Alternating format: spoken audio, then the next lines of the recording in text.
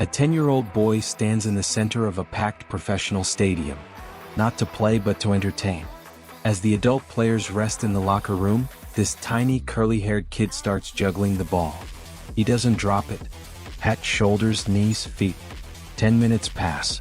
20 minutes. The crowd of 30,000 go wild, throwing coins onto the pitch. They came to watch the professionals, but they fell in love with a child. This is the story of how a 3-year-old's obsession turned into the greatest football phenomenon the world had ever seen. Keep your head above the dirt. That was the mantra. But to survive, he needed more than just a survival instinct. He needed a weapon. And that weapon arrived on his 3rd birthday, wrapped in a simple, worn-out piece of paper. It was a leather football, a gift from his cousin, Beto Zarate.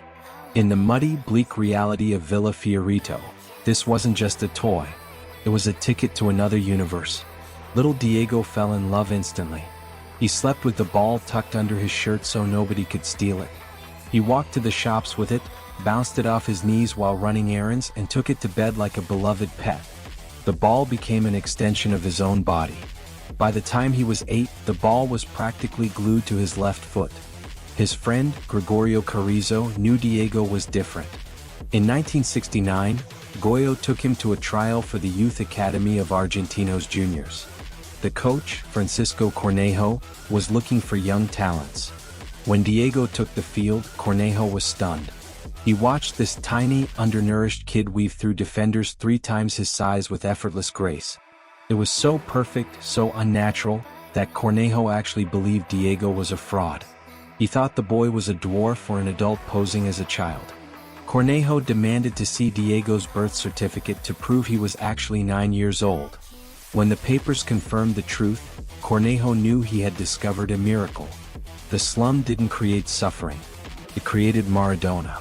Diego was drafted into the youth team, which they named Los Cebollitas, meaning the little onions. This team of poor skinny kids from the slums was about to write one of the most unbelievable chapters in youth football history. They went on a legendary, undefeated streak of 136 consecutive matches. They traveled to games piled in the back of rusty trucks, playing on rocky, uneven dirt pitches, often without proper shoes. But their poverty only fueled their hunger. Diego was the undisputed king of the little onions. He wasn't just winning games, he was orchestrating symphonies on the pitch. Opponents would try to physically bully him, but his years of dodging rocks and older boys on the wasteland of Las Siete Chanchitas had made him indestructible. His balance was supernatural.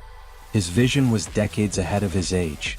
Despite the growing fame, the reality of his home life remained brutal. His family was still starving. His father was still working exhausting hours at the bone-crushing factory. Diego knew that every match he played was a step closer to rescuing his mother from the hunger. The pressure on this young child was immense, but it only sharpened his focus. The slum didn't create suffering. It created Maradona. As the reputation of the little onions grew, people started arriving at the stadium early, not to watch the senior team but to watch Diego play. He became a national sensation before he even reached puberty. TV cameras began to show up at the dusty youth pitches just to capture this curly-haired magician. In his very first televised interview, a shy 10-year-old Diego looked into the camera and made a confession. He said, "My first dream is to play in the World Cup, and my second is to buy a house for my parents." It was a simple, heartbreaking promise from a boy who saw his mother starve herself so he could eat. To achieve that dream, he became a halftime entertainer for the senior team of Argentinos Juniors. During the 15-minute break, Diego would walk onto the pitch and perform mind-bending tricks. He would juggle the ball with his feet, his head, his shoulders, and even balance it on his neck while walking on his hands. The fans would refuse to go buy hot dogs or use the restroom. They stayed in their seats, completely mesmerized. Even the opposing players would come out of their dressing rooms early just to watch this child dance with the ball.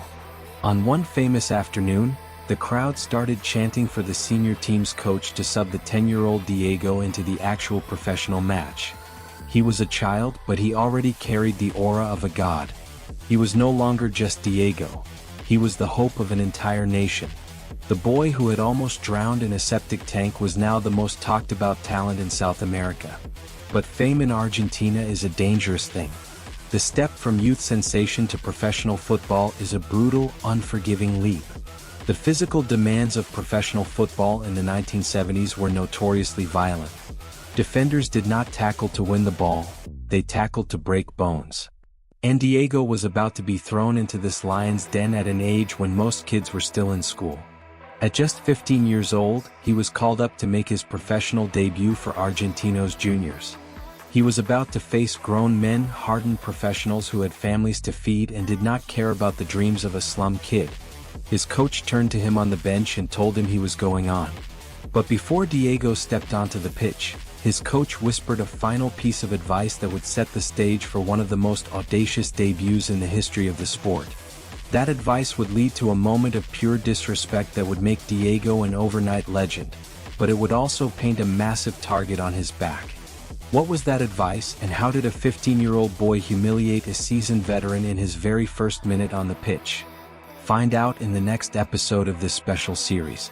Before you go, tell me in the comments, do you believe that any player in modern football could handle the pressure that Diego faced at just 15?